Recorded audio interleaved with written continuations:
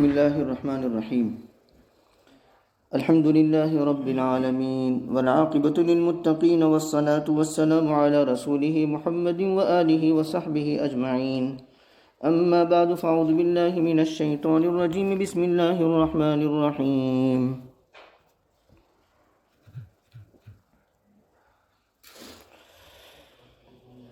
إن الله اشترى من المؤمنين أنفسهم وأموالهم بأن لهم الجنة يقاتلون في سبيل الله فيقتلون ويقتلون وعدا عليه حقا في التوراة والإنجيل والقرآن ومن أوفى بعهده من الله فاستبشروا ببيعكم الذي بايعتم به وذلك هو الفوز العظيم.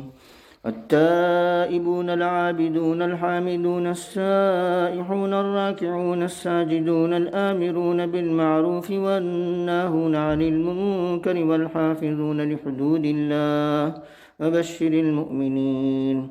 آمنت بالله صدق الله مولانا العظيم وصدق رسوله النبي الكريم ونحن على ذلك لمن الشاهدين والشاكرين والحمد لله رب العالمين.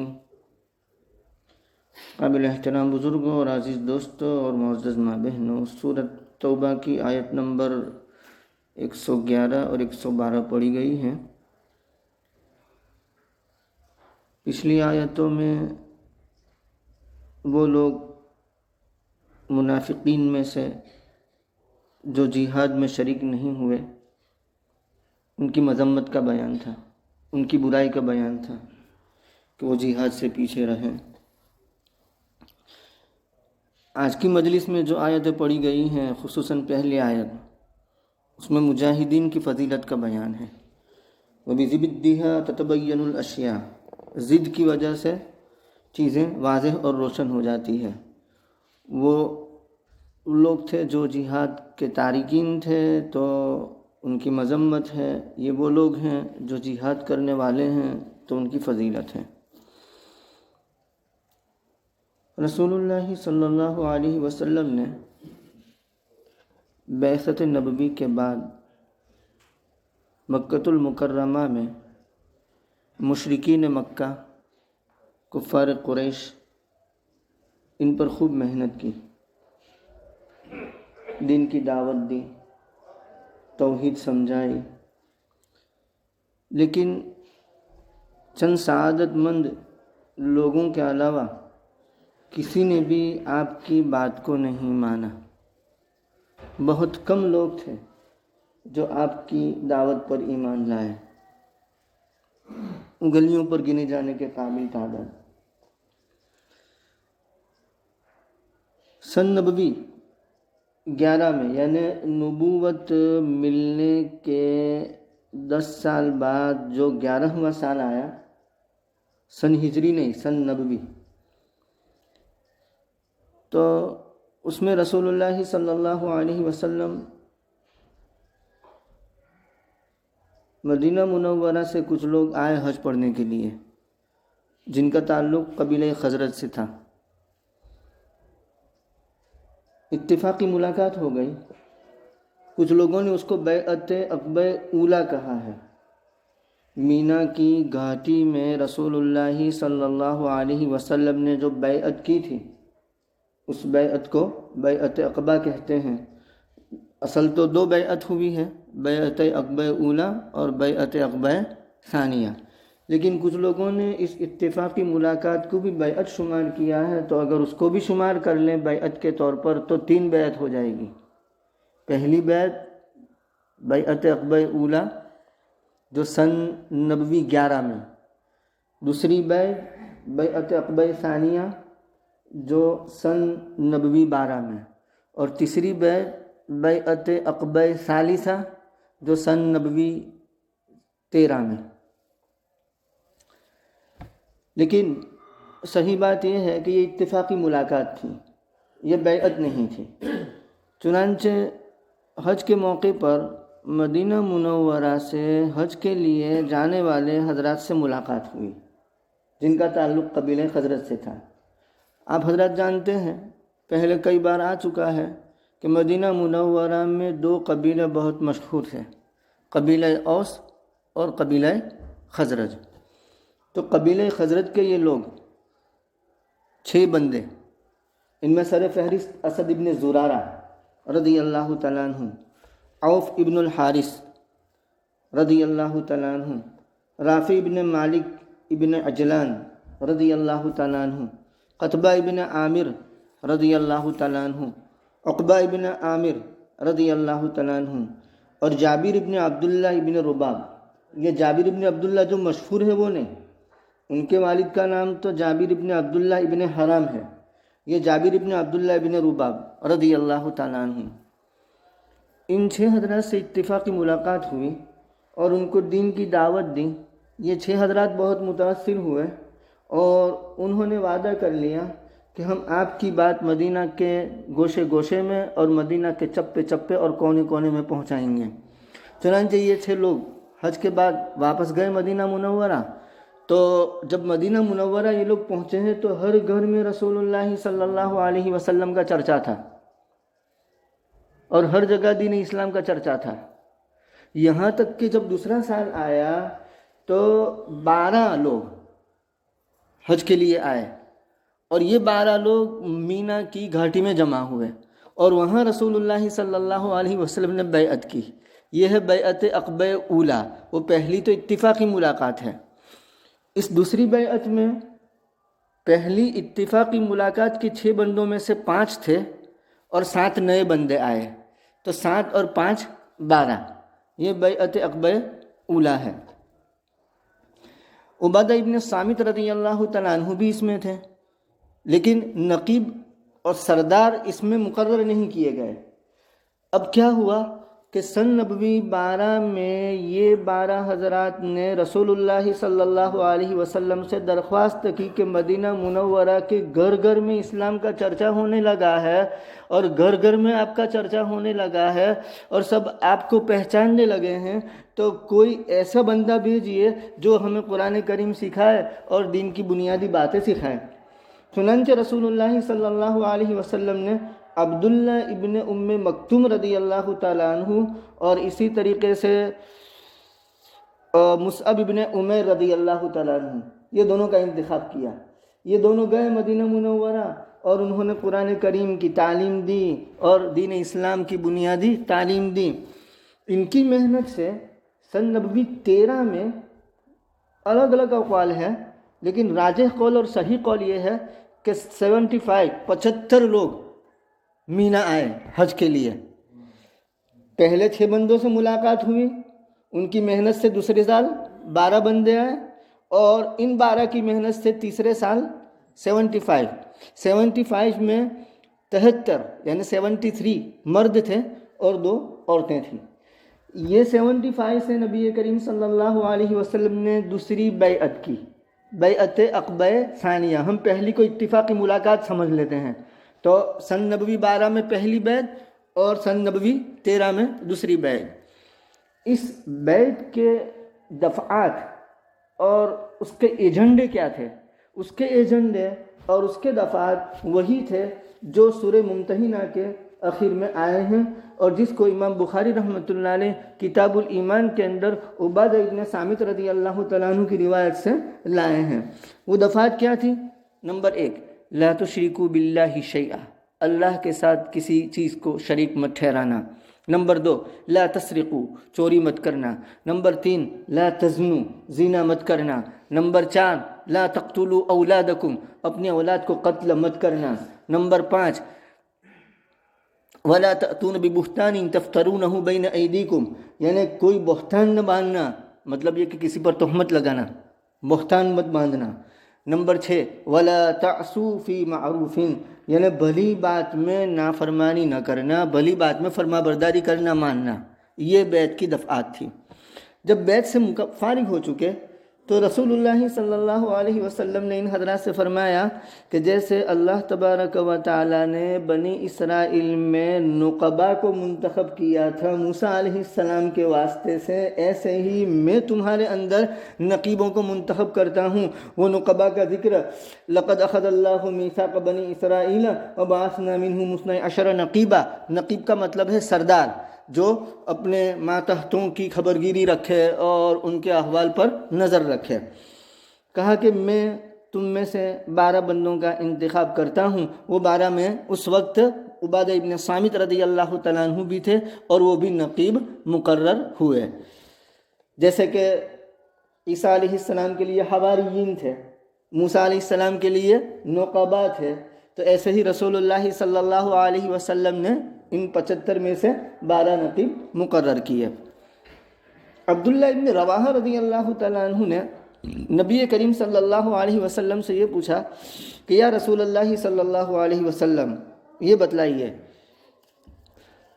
آپ اپنے لیے اور اللہ تبارک و تعالیٰ کے لیے جو بھی چیز شرط کے طور پر رکھنا چاہتے ہیں آپ رکھ سکتے ہیں، یعنی آپ مشروط کر دیجئے کسی چیز کو۔ تو رسول اللہ صلی اللہ علیہ وسلم نے یوں فرمایا کہ جہاں تک اللہ تبارک و تعالیٰ کا تعلق ہے تو ان کے متعلق تو میں یہ کہہ چکا ہوں کہ اللہ کے ساتھ کسی کو شریک نہ ٹھہرانا، اور جہاں تک میری ذات کا تعلق ہے تو میری تم ایسی حفاظت کرنا جیسے تم اپنے جان مال کی حفاظت کرتے ہو، بلکہ اس سے بھی بڑھ کر میری حفاظت کرنا۔ عبداللہ ابن رواحہ رضی اللہ تعالیٰ عنہ نے فرمایا کہ یا رسول اللہ صلی اللہ علیہ وسلم، اگر ہم اس شرط کو پورا کر لیں تو ہمیں اس پر کیا ملے گا؟ تو رسول اللہ صلی اللہ علیہ وسلم نے فرمایا کہ جنت۔ یہ آیت نازل ہوئی، ان اللہ اشتری من المؤمنین انفسهم واموالهم۔ یوں کہا جاتا ہے کہ جہاد کے متعلق سب سے پہلے نازل ہونے والی یہی آیت ہے، اور اس آیت کے بعد وہ آیت نازل ہوئی جو سورہ حج کے اندر آتی ہے، اذن للذین یقاتلون بانہم ظلموا، تو جس میں اللہ تبارک و تعالیٰ فرماتے ہیں بے شک اللہ تبارک و تعالیٰ نے خرید لیا ہے مومنین سے ان کی جان اور ان کے مالوں کو اس کے بدلے میں کہ ان کے لیے جنت ہے۔ ظاہر کے اعتبار سے لین دین کی صورت تھی، اس لیے اس پر بیع اور شراء کا اطلاق کیا گیا ہے، اور یہ اللہ رب العزت کے رحم و کرم کی بات ہے۔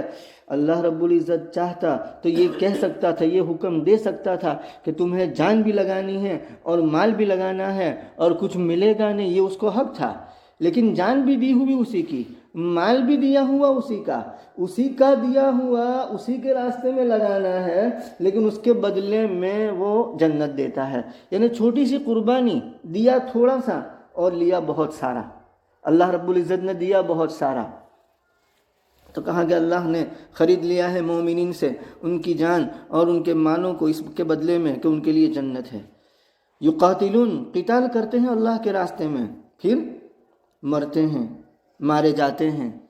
مطلب کچھ ایسے لوگ ہیں کہ جو کافروں کی گردنیں اڑاتے ہیں اور اس کے بعد آگے نوبت آتی ہے خود ان کے شہید ہونے کی، کافر ان کو مار دیتا ہے تو وہ شہادت کا درجہ پا لیتے ہیں، مرتے بھی ہیں اور مارتے بھی ہیں۔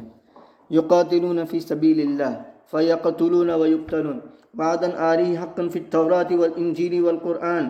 اللہ پر سچا وعدہ ہے توریت میں، انجیل میں، قرآن کریم میں۔ صاحب معالم التنزیل فرماتے ہیں کہ اس میں اس بات کی دلیل ہے کہ پچھلی تمام ملتوں پر، پچھلی تمام امتوں پر جہاد تھا۔ وفیہ دلیل علی ان جمیع اہل الملل امروا بالجہاد علی الثواب، یعنی ثواب ملنے کی بنیاد پر تمام امتوں کو پچھلی جہاد کا حکم دیا گیا تھا، یہ دلیل ہے اس کی۔ ومن اوفى بعهده من الله فاستبشروا ببيعكم الذي بايعتم به، اور اس سے بڑھ کر اپنے عہد کو پورا کرنے والا کون ہوگا، یعنی اللہ سے بڑھ کر اپنے عہد کو پورا کرنے والا کون ہوگا۔ ومن اصدق من اللہ قیلا ومن اصدق من اللہ حدیثا، اللہ سے بڑھ کر اپنی بات میں سچا کوئی نہیں ہو سکتا، اللہ سے بڑھ کر اپنے وعدے کو پورا کرنے والا کوئی نہیں ہو سکتا۔ کون ہے جو اللہ کے مقابلے میں اپنے وعدے کو زیادہ پورا کرنے والا ہو؟ کوئی نہیں۔ جب یہ بات ہے تو فاستبشروا ببیعکم الذی بایعتم بہ، تم بشارت حاصل کرو، خوش ہو جاؤ تمہارے اس سودے سے جو تم نے اللہ تبارک و تعالیٰ سے کیا، کہ تم نے اس کی راستے میں اپنی جان اور مال کی قربانی دی اور اس کے بدلے میں اللہ تبارک و تعالیٰ نے تمہیں جنت دے دی۔ وذالک هو الفوز العظیم، یہ بڑی کامیابی ہے۔ بخاری شریف میں روایت آتی ہے، من آمن باللہ ورسولہ واقام الصلاة وصام رمضان کان حقا علی اللہ ان یدخلہ الجنہ، کہ جو بھی اللہ پر، اس کے رسول پر ایمان لائے اور نماز قائم کرے اور روزے رکھے تو اللہ تبارک و تعالیٰ پر حق ہے کہ اس کو جنت میں داخل کرے۔ جاہد فی سبیل اللہ، اللہ کے راستے میں جہاد کرے، او جلس فی ارضہ التی ولد فیہا، یا بیٹھا رہے اسی سرزمین میں، یعنی رہے اسی سرزمین میں جس سرزمین میں وہ پیدا ہوا ہے، یعنی جہاد کے لیے نہ نکلے۔ تو صحابہ نے کہا یا رسول اللہ صلی اللہ علیہ وسلم افلا نبشر بہ الناس، کیا ہم اس کی لوگوں کو بشارت نہ دے دیں؟ تو نبی کریم صلی اللہ علیہ وسلم نے فرمایا ان فی الجنت 100 درجہ، جنت میں 100 درجے ہیں۔ اللہ تبارک و تعالیٰ نے مجاہدین فی سبیل اللہ کے لیے تیار کر رکھے ہیں، اور ہر 2 درجے کے درمیان اتنا فاصلہ ہے جتنا آسمان اور زمین کے درمیان ہے۔ لہذا تم اللہ تبارک و تعالیٰ سے مانگو تو فردوس مانگو، جنت الفردوس مانگو۔ بے شک جنت الفردوس یہ جنت کا بہترین حصہ ہے، جنت کا سب سے اعلیٰ حصہ ہے، اور اس کے اوپر عرش رحمان ہے، اور وہیں سے جنت کی نہریں بہتی ہیں۔ یہ حدیث تو اس سے یہ معلوم ہوا کہ اگر کوئی گھر بیٹھے بھی دین پر کاربند رہا، شریعت پر کاربند رہا، اوامر اور نواہی کو بجا لاتا رہا، نواہی سے بچتا رہا، اوامر کو بجا لاتا رہا، تو اس صورت میں بھی وہ اس بشارت کا مستحق ہوگا۔ اور اس کی وجہ یہ ہے کہ جہاد عام حالت میں فرض عین نہیں ہے، جہاد عام حالت میں فرض عین نہیں ہے، بلکہ کچھ احوال ایسے ہوتے ہیں تب جہاد جا کر کے فرض عین ہوتا ہے، ورنہ عام حالت میں کچھ لوگ جہاد کرتے ہیں اور کچھ لوگ دوسرے دینی کاموں میں مصروف رہتے ہیں۔ تو اب ظاہر بات ہے جو لوگ جہاد نہیں کر رہے ہیں اور دوسرے دینی کاموں میں مصروف ہیں، ان کے لیے یہ سوال پیدا ہوگا کہ ہمارے لیے کیا؟ تو وہ عام مومنین کے لیے آگے کی آیت میں بشارت ہے، وہ کیا ہے؟ التائبون العابدون الحامدون، توبہ کرنے والے۔ التائب من الذنب کمن لا ذنب لہ، اپنے گناہ سے توبہ کرنے والا ایسا ہے جیسے اس نے گناہ کیا ہی نہیں۔ توبہ کے فضائل اپنی جگہ پر ہیں۔ العابدون، عبادت کرنے والے، اور عبادت میں سب سے بڑا عبادت گزار کون؟ رسول اللہ صلی اللہ علیہ وسلم کی حدیث سے اس کو لیتے ہیں، آپ نے یوں فرمایا اتق المحارم تکن اعبد الناس، حرام کاموں سے بچو تو تم سب سے بڑی عبادت گزار بن جاؤ گے۔ فرائض کی پابندی کرتا ہے، کوئی زیادہ نوافل کا اہتمام نہیں ہے، لیکن گناہوں سے بچنے کا اہتمام ہے، حرام کاموں سے بچنے کا اہتمام ہے، تو کہا کہ یہ سب سے بڑا عبادت گزار ہے۔ الحامدون، اللہ کی تعریف کرنے والے، اور تعریف کے لیے سب سے بہترین طریقہ یہ ہے کہ خصوصاً کھانے کے بعد کی، اٹھنے کے بعد کی، بیت الخلاء سے فارغ ہونے کے بعد کی، یعنی ٹوائلٹ سے فارغ ہونے کے بعد کی، واش روم سے فارغ ہونے کے بعد کی دعاؤں کا اہتمام کرے، تو ان دعاؤں کے الفاظ ہی میں اللہ تبارک و تعالیٰ کی حمد ہے۔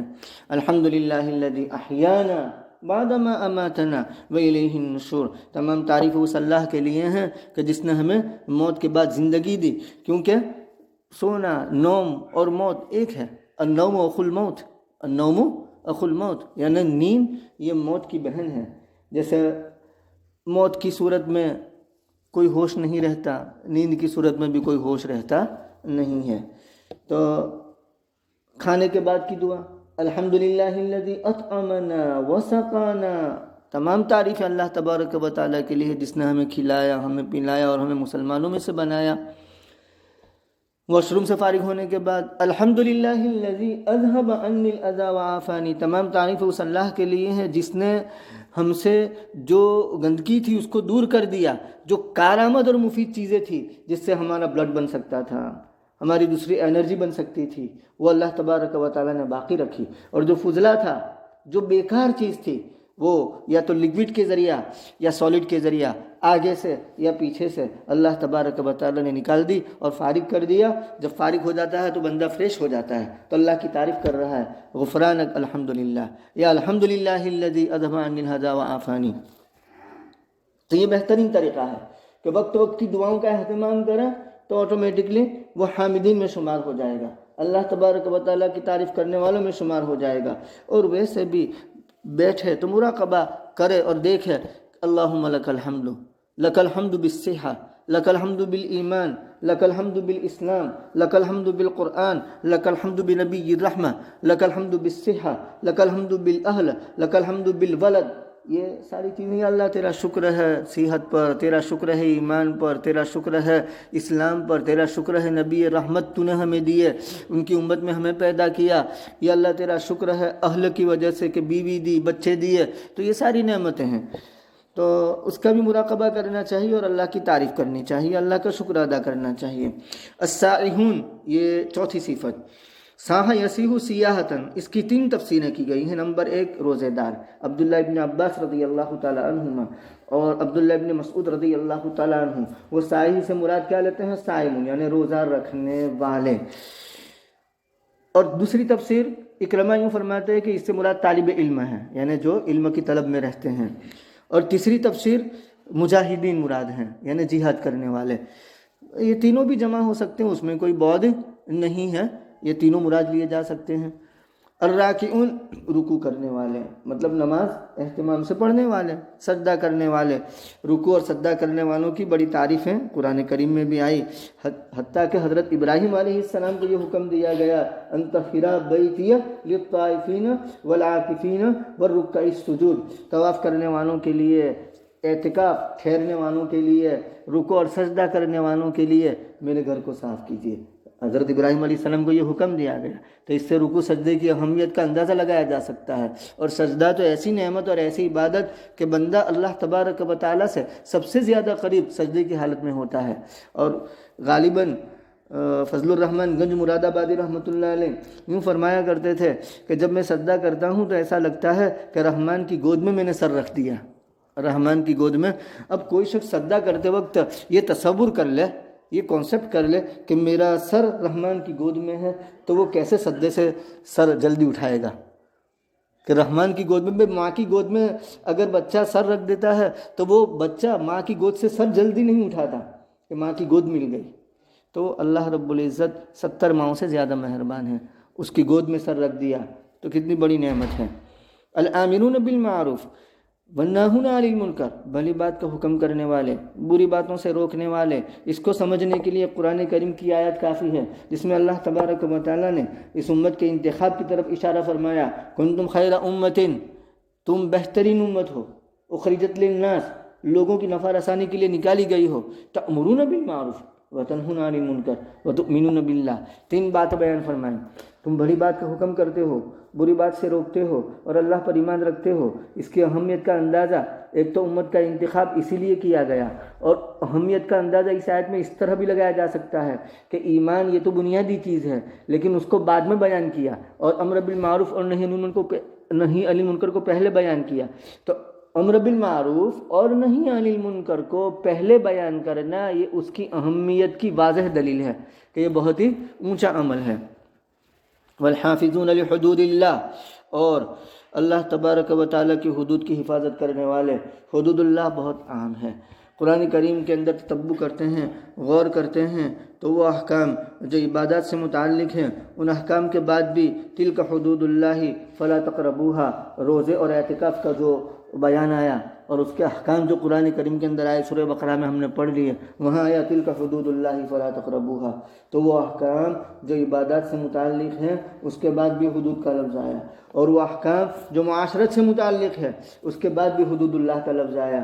دیکھیے طلاق اور نکاح کے احکام جہاں بیان ہوئے، سورہ طلاق میں بھی اور سورہ نساء کے اندر بھی، سورہ بقرہ کے اندر بھی اللہ تبارک و تعالیٰ نے تلک حدود اللہ فلا تعتدوها، تلک حدود اللہ فلا تعتدوها، تو معاشرت کے جو احکام بیان ہوئے، نکاح طلاق کے جو احکام بیان ہوئے، اس کے بعد بھی حدود اللہ کا لفظ آیا۔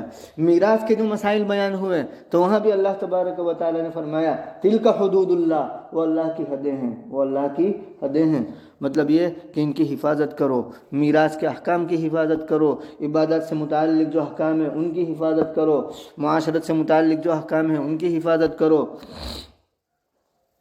امام بخاری رحمۃ اللہ علیہ نے کتاب الایمان کے اندر عمر ابن عبدالعزیز رحمہ اللہ تعالیٰ کا ایک اثر نقل فرمایا ہے جو انہوں نے لکھا عدی ابن عدی کی طرف، اور اس میں یوں لکھا کہ ان للایمان، بے شک ایمان کے لیے فرائض بھی ہیں، شرائع بھی ہیں، سنن بھی ہے اور حدود بھی ہیں، یعنی ایمان کے یہ سارے اجزاء ہیں، فرائض کا مطلب یہ ہے کہ روزہ ہے، زکوٰۃ ہے، نماز ہے، حج ہے وغیرہ. اور شرائع کا مطلب یہ ہے کہ احکام، مطلب یہ شرائع کا مطلب یہ ہے کہ انہوں نے یہ لکھا ہے شارحین نے کہ شرائع سے مراد یہاں حشر، نشر اور قبر، وہاں کے سوالات، جوابات، جنت، جہنم، یہ ساری چیزیں. اور حدود کی 3 تفسیریں کی گئی ہیں. شارحین یوں فرماتے ہیں کہ حدود کی پہلی تفسیر یہ ہے کہ ہر چیز کی ابتدا اور اس کی انتہا، اس کا مبدا اور اس کی غایت. مثال کے طور پر نماز ہے، اس کے ایک ابتدا ہے اور ایک انتہا ہے. نماز کی ابتدا کس سے ہے؟ اللہ اکبر، تکبیر تحریمہ سے. نماز کی انتہا کس سے ہے؟ التسلیم، یعنی السلام علیکم ورحمۃ اللہ سے. یہ نماز کی انتہا ہو گئی، نماز کی ابتدا اور انتہا. جیسے روزے کی ابتدا ہے، روزے کی انتہا ہے. روزے کی ابتدا کس سے ہے؟ طلوع فجر سے. روزے کی انتہا کس سے ہے؟ غروب آفتاب سے. تو جیسے ہر چیز کی ابتدا ہے، انتہا ہے، تو کہا کہ یہ حدود ہیں. حد کا مطلب یہ کہ ایک حد بندی ہے، ایک لمیٹیشن ہے. اور ایک اور معنی حدود کا زواجر، حدود کو زاجرہ کہتے ہیں. جیسے حد قذف ہے. حد قذف کا مطلب یہ کہ کسی نے کسی پر تہمت لگائی تو وہاں 80 کوڑے لگائے جائیں گے. حد شرب خمر، شراب پی تو 80 کوڑے لگائے جائیں گے. زنا کیا اور شادی شدہ نہیں ہے، 100 کوڑے لگائے جائیں گے. اور اگر شادی شدہ ہے تو رجم کیا جائے گا. تو یہ حد قذف، حد سرقہ اور حد شرب خمر، یہ حدود کی حفاظت. مطلب یہ کہ اگر ان چیزوں کا کوئی ارتکاب کرتا ہے تو ان حدود کو ان پر اپلائی کیا جائے گا، ان پر لاگو کیا جائے گا. لیکن وہ اسلامی حکومت ہوگی، یہ نہیں کہ یہاں کسی کو شرابی دیکھو مسلمان کو اور کوڑے لے کر کے پہنچ جاؤ ورنہ تمہاری خیر نہیں ہے یہاں. بہرکیف وہ اسلامی حکومت ہو، ایک نظام ہوتا ہے، اس کے تحت چلتا ہے. اور تیسرا حدود اللہ عام احکام، جو بھی اللہ تبارک و تعالیٰ کے عام احکام ہیں، اس میں اوامر بھی آ گئے جو بجا لانے ہیں، نواہی آ گئے جن سے بچنا ہے. تو کہا کہ جو اللہ کے حدود کی حفاظت کرنے والے ہیں. آخر میں عمر بن عبدالعزیز یوں لکھتے ہیں کہ فمن استکملہا فقد استکمل الایمان، جس نے ان چیزوں کی تکمیل کی اس نے اپنے ایمان کی تکمیل کی، اور جس نے ان چیزوں کی تکمیل نہیں کی اس نے اپنے ایمان کی تکمیل نہیں کی. وبشر المؤمنین، لہذا آپ بشارت دے دیجئے ایمان والوں کو. مطلب وہ بشارت مجاہدین کے لیے تھی، لیکن ہر شخص جہاد میں جاتا نہیں ہے، اور عام حالت میں جہاد فرض عین بھی نہیں ہے. تو ظاہر بات ہے جو دوسرے دینی کاموں میں لگے ہوئے ہیں یا اپنے گھروں میں ہیں، ان کے لیے کیا؟ تو کہا کہ ان کے لیے یہ چیز ہے، ان کے لیے بھی یہی بشارت ہے، ان کے لیے بھی یہی بشارت ہے. وبشر المؤمنین، مومنین کو بشارت دے دیجیے. اللہ رب العزت ہمارا شمار ان مومنین میں فرما دے جن کو یہ بشارت دی گئی ہے، اور اللہ ہمیں بھی جنت کے اعلیٰ درجوں سے نوازے اور جنت الفردوس نصیب فرمائے. وآخر دعوانا الحمد للہ رب العالمین. سبحانک اللہم.